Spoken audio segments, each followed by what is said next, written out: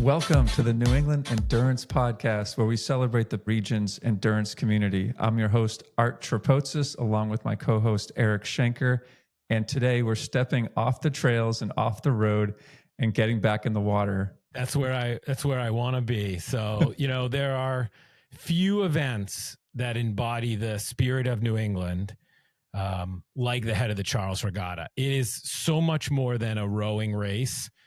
It is a 3-mile burner in the legs and the lungs. Technical, it takes precision, it takes grit, it takes teamwork. There's just so much to this race, and I'm so excited for us to unpack it today. Since 1965, the Head of the Charles has now grown into the world's largest two-day regatta. So this is the world's largest two-day regatta. It draws Olympians, college rowers, high schoolers, clubs, masters athletes, amateur podcasters have done this race, and they all converge in Boston and Cambridge each October. But beyond the competition, and there is some incredible elite competition, the Head of the Charles is a celebration of sport, of community, of tradition, and yes, resilience. And if that sounds a lot like the very themes of New England endurance athletes, you got it right. And today I am really psyched that we're going to get into all of that. Yes, and joining us on the pod today is one of the hardest working staff members, the guy who pulls off this massive race, not solo, but with the team that he has and the volunteers. It's race director Brendan Mulvey. Welcome to the podcast, Brendan. Hey guys, it's great to be here and excited to chat about the event. Yes, and Brendan, you are a former rower yourself. I'll just give you a quick plug here. It looks like you were a member of the 2013 U.S. Lightweight 8, competing at the World Championships in South Korea. That's an awesome experience you had. Yeah, it was incredible, and it was also special. My mom is actually from Korea, so getting to go to the actual motherland and as a part of something that I've put a lot of work behind was very cool. Well, why don't you kick off and tell us about your role at the Head of the Charles and how you even got involved with that event? Yeah, I'm the race director, or I think that's what we're calling it these days. And my role works primarily with what you see on the water, interacting with the athletes, managing the entries, coordinating a lot of the volunteers during the weekend, which is not as in your face as the 2,000 volunteers that we have helping us pull this event off. And there's a core group of those volunteers that help us out year round. I started with the event as an intern back in 2010. Right after college, I decided to shoot up to Boston and get involved in the rowing scene here. And they just kept me around. And it's been really fun to grow in a pretty small organization and learn what it takes to pull this event off and meet all the cool people along the way. That's great. I mean, that's a great story too, that you started as an intern and been able to turn that into a career. I think there's a lot of folks out there that would probably like to hear that message, and it's pretty rare that you can combine that kind of passion with a profession. So that's really, really great to hear. So safe to say, not everybody's rowed in it, but I would imagine most people listening to this podcast have heard of the Head of the Charles. But for those who have actually never been, describe for us the weekend. Give us your kind of your broad strokes on what this weekend is for those that have never actually been to the banks of the River Charles. Yeah, I think rowers term it as Rowers Christmas, and it Rowers Christmas, homecoming, really anything, bringing your families together, your friends together. That's what it is at its core. And as you mentioned earlier, at every level, whether it's the bucket lister who's just happy to be here for the first time ever, or we've had some folks, we have a short list of folks that have participated in every single Head of the Charles.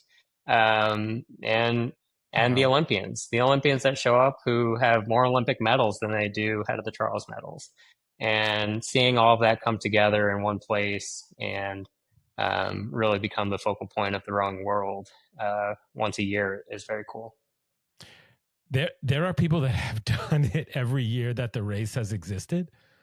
Yeah, I think you could count them on one hand at this point. But still, that's it's pretty incredible. Incredible milestone. Yeah. Is there a belt buckle or anything that they get, or like? We might have to make it this year. Yeah, so we're celebrating our 60th anniversary this year, and there's just a ton of awesome history along the way, and the growth that the event has seen.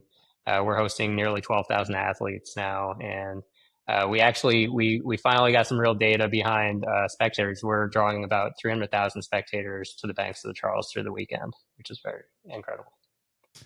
That's really cool. I was going to ask you about some of the stats. So we have 12,000 athletes. How many boats does that equate to? Let's see. I think last year we had it's about 700 entries total. Yeah. And you have an army of volunteers as well, right? Yeah, 2,000, and that's just the weekend alone. We have a group of about 150 that work pretty much starting in the middle of the summer, and then we kind of have an organization of volunteer structure, and then that breaks down to about 20 other volunteers that are really the leadership of that group who are working year round. So yeah, it's not just a pop-up weekend. There's a lot of folks, and there's folks that haven't been involved since the beginning, but have definitely been involved longer than my lifetime. And it's pretty awesome to hear about their experience and seeing the regatta change over the years. So where the Boston Marathon caps their number of runners, do you cap the number of athletes or boats that you can have in the area or on the water? We might be at it. We actually work with a PhD statistician who analyzes the racing data each year and helps us find the most efficient way to cram about as many boats on the water as we can. The only limitation is how many boats that we can fit on land during the weekend between trailers and everyone coming from out of town. Oh, no, it makes a lot of sense because, we'll get into like sort of our involvement in the Head of the Charles a little bit later, but I mean, the boats are constantly going down the river. I mean, it's very rare that there's a break for more than, I don't know, a minute or 2 minutes between races. The last boat goes by and then the next boat from the first boat from the next race comes by. So it's impressive what you guys pull off, again, for those that have never actually been to see this. Because if you no matter what time of day you go down to watch the regatta, there are boats going by. You're not going to miss it, right? If you go between whatever, like 8 a.m. and 5 p.m., there are boats going by that you can see. Yeah, and it's constant action. You may not know exactly how they're doing in the race, but there's usually something fun to see going on. Do you ever take a step back and say, "Oh my, I can't believe this is actually happening"? Yeah, every year. Yeah, and in this position, I've also gotten to go out and get in a boat myself every couple of years, and it's really cool to see all of that from the water and know what's all behind it. So very cool. Nice. So again, for those that aren't as familiar with the intricacies of the race, can you break it down? What's the distance? What's the course? Where does it start? Where does it finish? And talk a little bit about the time trial format. You kind of alluded to it. You don't really know. You might get a sense of who's leading when you see them, but talk about that time trial format. Yeah. So the Head of the Charles, our official distance is 4,702 meters, which is just shy of 3 miles. The start line is at the Boston University Boathouse and goes upstream and finishes in the Herder Park in Alston. And along the way, you navigate a number of turns, 7 bridges, and the turns and the bridges are really what makes the Head of the Charles unique as a rowing course. A lot of what you see on TV is in the Olympics in a straight line. You're navigating obstacles, other crews. It is a time trial format, so what that means is every boat starts one at a time, and we space them out about 15 or 20 seconds between each start. If a crew is returning from the previous year because they finished in the top half of their field, then they're ranked in order of their finish from that year. And if you're new to the field this year, you're just starting somewhere random behind them. The way to know if you're doing well is usually that you're passing boats along the way. And it's sequential order, right? So if somebody's watching the race, bow number 1, bow number 2, bow number 3, and then all of a sudden you see bow number 6, you know that they have passed a couple boats. Yep. and are likely doing well. So now we understand the time trial format. Can you just briefly talk about the different types of boats that compete over the weekend? You know, eights versus signals, scull versus sweep. Maybe just help people understand what they might see when they come to the race. Yeah, we can break that down. So there's two disciplines in rowing. One is sweeping, and that's where each athlete is holding one oar and rowing to one side. The other being sculling, and those are the athletes that have 2 oars in each hand, or 2 oars, one in each hand. And then along the way you have, so in the sculling divisions, you have single-person boats, 2-person boats, which is a double, and 4-person boats, also known as a quad. And then in the sweeps, you have 8s, 4s. I think that's all. Yeah. Occasionally we get some pairs out there, and that's 2 people with 1 oar each. We've run that as an exhibition once in a while. But otherwise, yeah, we stick to 8s and 4s. I think the pair is my favorite event. I love watching the pairs. Yeah, they're fun. A little tricky on the Charles River, so that's why we stay away from them. But it's the only boat, they are pretty exciting. I've ever flipped is a pair. Nice. We had put the oars in, like the oar locks in backwards, right? So the first stroke, it just went boom, crab, and we just flipped almost immediately. So up in the mighty Merrimack, in the warm water of the Merrimack River. You're not really rowing until you flip the boat. So yeah, that's good. And with regards to some of the divisions, so Eric and I, we were there this year together announcing right across from the Harvard Boathouse, and we saw high school kids, we saw collegiates. You know, can you tell us a little bit just about what it's like to see folks of all ages competing? Yeah, I think that's the coolest part of our event is it's every level. It's not so much an event for someone that's brand new to rowing, that, participating, but it is high school athletes who, treat this like a championship, college athletes who are starting, this is kind of the top race of their fall season. And then, you get into masters athletes, anyone from basically after college. Our oldest athlete last year was 92 years old. Wow. And then along the way, we have Olympic athletes or athletes training for the national team. And I think having been to a world championships and seeing that environment, this is kind of what makes this special is all of those athletes, whether it's the 92-year-old, the high schooler coming for the first time, or anyone in between, they're sharing the same experience, the same water as some of the premier athletes in sport, and getting that high level experience. That's cool. So just from an athlete perspective, like what are some of the most overlooked logistical challenges that athletes should prepare for? Is it like boat storage? Is it parking? Like timing of getting your launch out? Like all the traffic, above? Just traffic. Getting into Boston on time.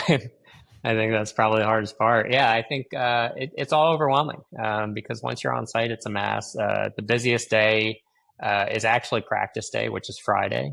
And that's when we have the most boats on the water. And at some points, you could almost walk across the river because boats are jammed up trying to get downstream for a practice run. And, we've tried to solve that. We've tried to make it easier on everyone, reduce some of the traffic, but people love it.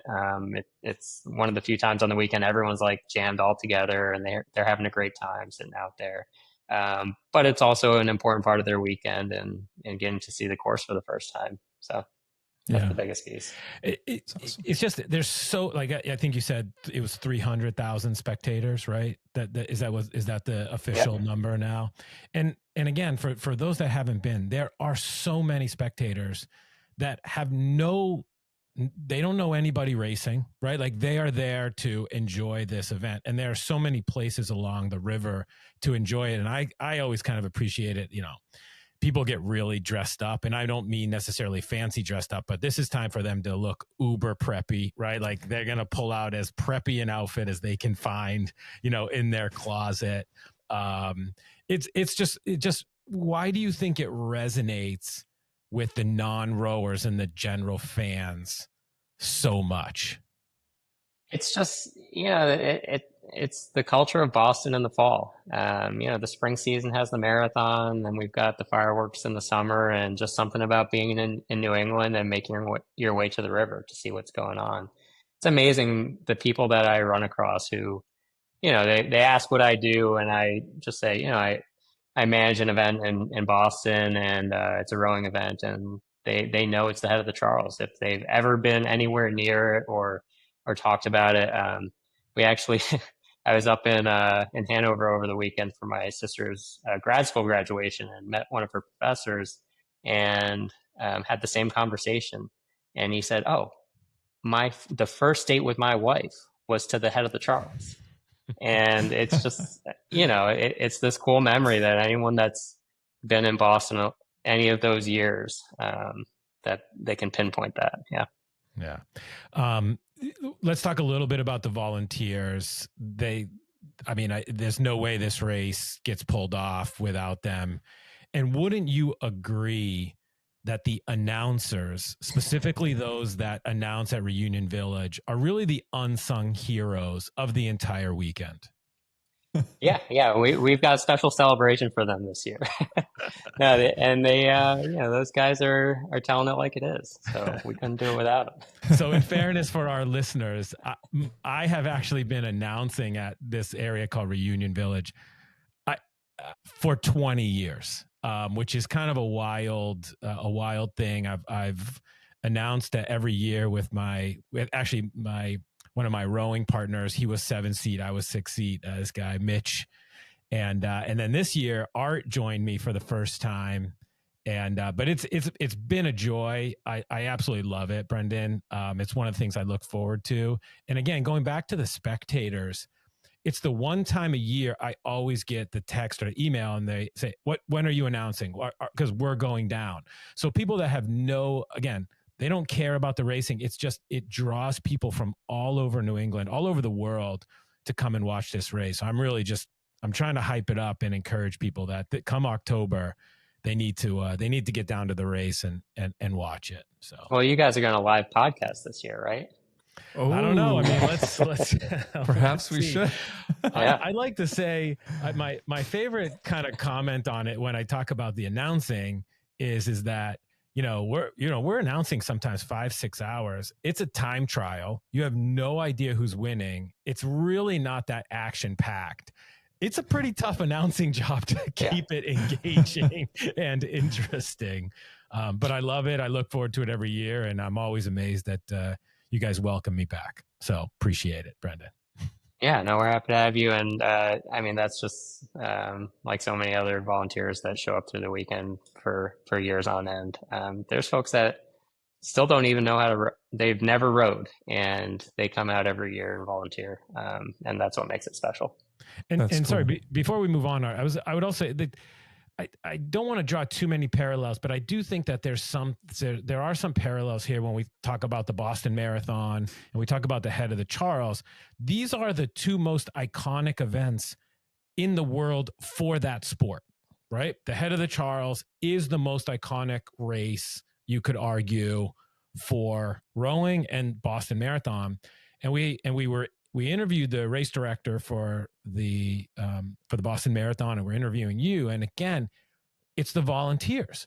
And I would have to say that's something to do with New England as well. The fact that we just have so many people that you said, like, they've never run a marathon, they've never rowed in a race, but they're out there year after year volunteering and making these events happen. I think it's a testament to the New England endurance scene and the New Englanders in general. So. Well, speaking of that, actually, that kind of makes me think about our conversation with Dave McGilvery. Do people have to qualify for this event? So the only way is to get into the head of the Charles is by doing well the year before or just getting in by the lottery. We have there's no other events that you can qualify to come race here. Maybe we'll give a little bit of an edge to a current Olympian, but otherwise, yeah, you're going for the luck of the draw. There's no like charity spots like the Boston Marathon have. We do have a handful. We each year we do 60. The great thing about running or managing a marathon is you just cram more people on the course. I'm sure they would disagree with that, but yeah, we are just so limited by space. So we do have a charity program. Last year we hit our all-time high of raising $150,000 to split amongst 4 official charities. And this year we're hoping to get into the 200s. So. Kudos. So Brendan, I know you're a cyclist. We met many years ago. I'm going to put on my data hat as a cyclist. I have a question here. Are there any trends in boat technology or rigging setups among top crews that you've noticed? I don't know. I think they'd keep that a secret. They are finally getting into power numbers. There's data oar locks and oars that tell you your power curves, etc. So that's pretty cool to see. When I was coaching at MIT, we started using some of that technology. It's the Peach system, I think, is the one the colleges are using the most these days. And people that sit around and stare at numbers on screens love their data. So. So what do you think matters the most for a fast race at the Charles? A perfect day. Yeah, you need a lot of factors to come together. Good courses, not having collisions with crews around you, which is definitely a thing. And I think having it all come together, I guess. Yeah. Is there a particular moment or a story you can share about you involved as a race director or just as an intern? Can you think of a moment during the Head of the Charles weekend that really, struck you or really captures the community? Yeah, I think more so after the weekend. In the lead up to the event, it's a lot of people that are stressed out about what's going on. They need their numbers, or they got their entries or information they're looking for. But it's the emails and the calls afterwards of just what an incredible and special experience it was to everyone, and that's kind of where it hits you. Or meeting an Olympian who their goal was to come here with all their accomplishments that they've had, and that Boston is a place that they wanted to be this fall. So it's all of that. I was just sort of thinking about some of the camaraderie that you see on the river too, amongst the crews that are traveling from far away. Other colleges are loaning them boats, they're loaning them oars, just so everybody can get out there and race. There's no, there might be some rivalries, but it really is about how do we help people experience this incredible event. And I think Art and I were obviously very fortunate to participate in a number of years. But we look at that diversity of athletes and it all coming together.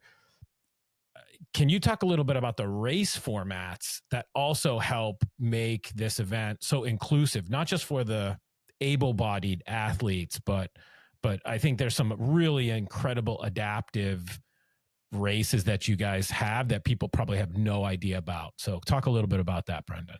Yeah, we do have a couple adaptive divisions. We've got the PR-3-4, which is the Olympic class adaptive crew. And so we'll have a handful of those crews each year. But the event that has grown the most over the last few years is our inclusive double.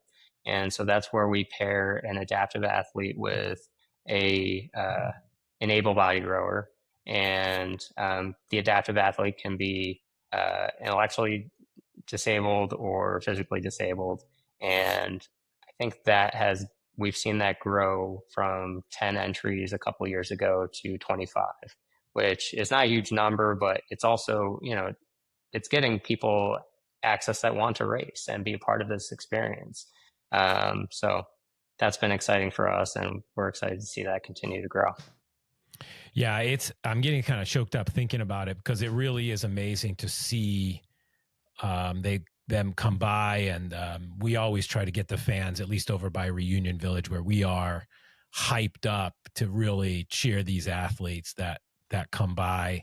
I also think about there's father and daughter crews out there. There are these really old alumni boats. There's mixed, men and women. I mean, it is really an amazing day, and there's just so many different types of races, and I think you guys do an amazing job making athletes of all abilities, of all skill sets, feel welcome at a time when, right before that, Olympians have just rode by. I think that the fact that they're all sharing that same water is really really amazing to me. So yeah, and we love using this platform to elevate folks that want to be a part of the sport. Last year, we introduced an exhibition for crews of cancer survivors. So last year we had 10 eights full of survivors from cancer, and this year we're expanding that field to 16, and it's already full. We've been working with the Survivors Rowing Network, and really last year, since we incorporated them into the event, it's really taken off. They've been participating in a number of events throughout the country. Their network is growing, and I think for the athletes, it was incredibly special to, been what they've been through and come here to this stage and be a part of this event. Did you say there were going to be 16 eights of cancer survivors? Yep. That's incredible. That is amazing. Well done, actually. Really well done. And that include that. There's some international crews in there too. We've got a couple French and Italian crews that were here last year and are making the trip again. Wow. Yeah. Are there any other new developments coming for 2025, or race format changes or anything like that? Well, the regatta in the fall is going to be pretty similar. We're working on some celebrations on land to recognize the 60th anniversary, and we're always trying to find new ways to highlight the event itself. But what is new this year is we're kicking off a Boston Beach Sprints event this July, which it's going to be new for us. We're working on July 25. Yeah, like next month, which is coming up quick. Beach sprints rowing is a discipline of rowing that is new for the LA 28 Games. And so as a move to kind of expand some visibility on that sport, we're going to host our own event here in Boston. Tell us what this is. Yes, please. Yeah. So beach sprints, it's effectively the cyclocross of rowing.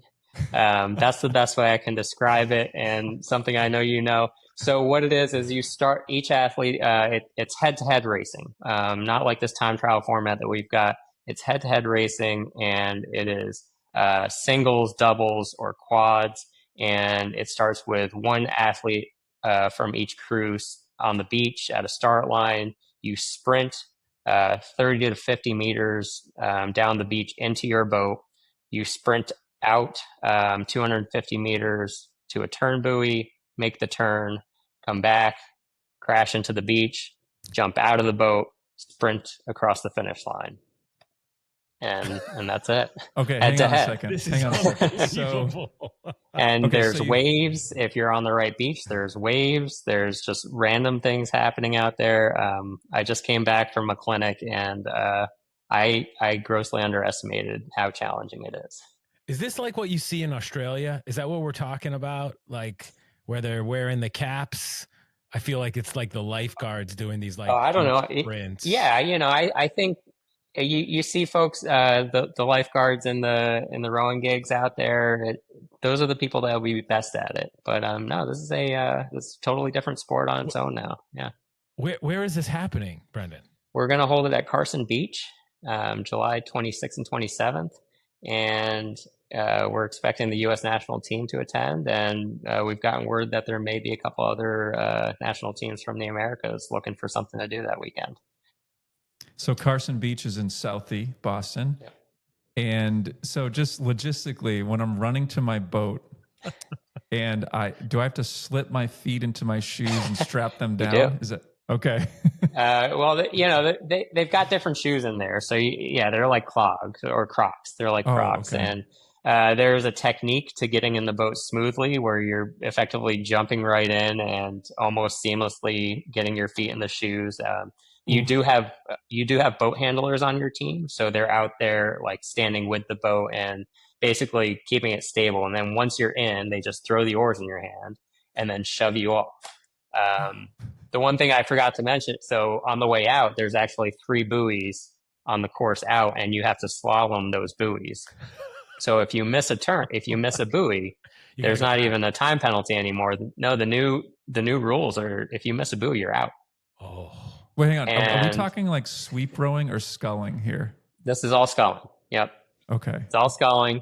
They've got men's and women's single, and then in the Olympics, they're going to have the men's and women's single, and then a mixed double.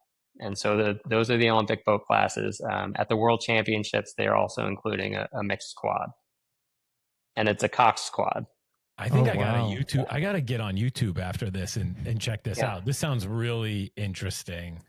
And I guess you must have my email address wrong because I didn't get the invitation to do the announcing for that, Brendan, but you can send it to me. We do have an announcing station and it's open for business. So we'll have a mic ready for you. Can I get the same pay that I get for the head of the Charles for that event? Yes. Okay. Yeah.